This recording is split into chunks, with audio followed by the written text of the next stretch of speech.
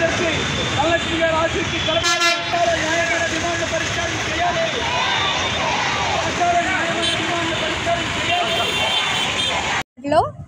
ధర్నా చేయడానికి మేము అనుమతి తీసుకున్నాం.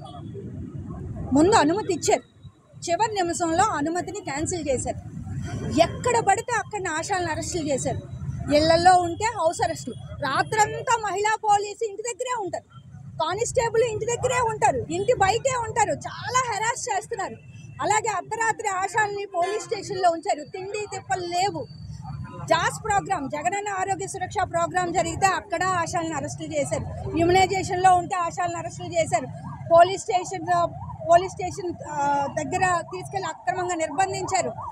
రైల్వే స్టేషను, బస్ స్టాండ్, ఇంకేది మినహాయింపు లేదు. ఆఖరికి మా సెల్ ఫోన్లో యాప్లు చూసి కూడా మమ్మల్ని అరెస్టులు చేస్తున్నారు. ఇంత నిర్బంధం ఎందుకని అడుగుతున్నాం.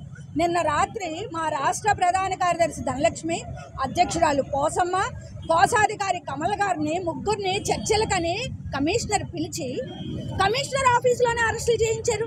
ఇంతవరకు మా ధనలక్ష్మి గారిని ఎక్కడ పెట్టారో తెలియదు. నిన్న రాత్రి 7 గంటలకు అరెస్ట్ చేశారు. ఇంతవరకు ఆవిడ ఆచూకీ తెలియదు. ఆవిడ ఉందో లేదో, ఆవిడ క్షేమంగా ఉందో లేదో తెలియదు.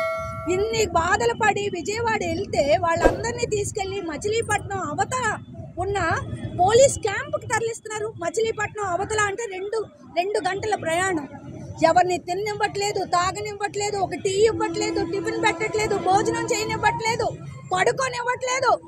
ఏంటండి ఈ దుర్మార్గం? ఎందుకు ఇంత నియంతృత్వం? 2 సంవత్సరాల క్రితం మేము చలో విజయవాడ కార్యక్రమం పెడితే కమిషనర్ గారు పిలిచి, మినిస్టర్ గారు పిలిచి మీ సమస్యలు పరిష్కారం చేస్తాం, చలో విజయవాడ కార్యక్రమం పెట్టకండి అంటే మేము ఆపేసాం. అయినా మా గురించి పట్టించుకోలేదు. ఇప్పుడు ఎలక్షన్స్ టైం కాబట్టి బలహీనల గొంతు ప్రభుత్వం వింటుంది కాబట్టి మళ్ళీ మేము ధర్నాకి పూనుకుంటే మమ్మల్ని అణిచేస్తున్నారు. ఈ అణిచివేతలో చూపించిన శ్రద్ధ మా సమస్యల పరిష్కారంలో చూపిస్తే మేలు జరుగుండేది. ధరలు విపరీతంగా పెరుగుతున్నాయి. కనీస వేతనం 26,000 రూపాయలు ఇవ్వాలి.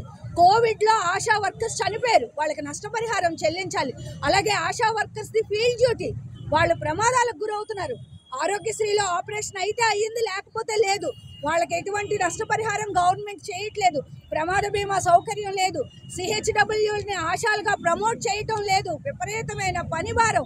ఆశా వర్కర్స్ చనిపోతే వాళ్ళ కుటుంబంలో ఒకరికి ఆశా ఉద్యోగం ఏమని అడుగుతున్నాం, రిటైర్మెంట్ బెనిఫిట్ కల్పించమని అడుగుతున్నాం. అన్నిటికన్నా ముఖ్యంగా మా ఆరోగ్యాలు పట్టించుకోమని అడుగుతున్నాం.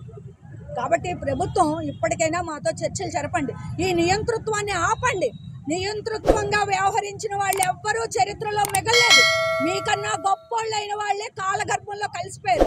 అణిచేస్తాను అన్న ఆలోచన మాత్రం ఈ ప్రజాస్వామ్యానికి పూర్తి వ్యతిరేకం. కాబట్టి మాతో మాట్లాడండి, చర్చలు జరపండి, మా సమస్యలను పరిష్కారం చేయండి.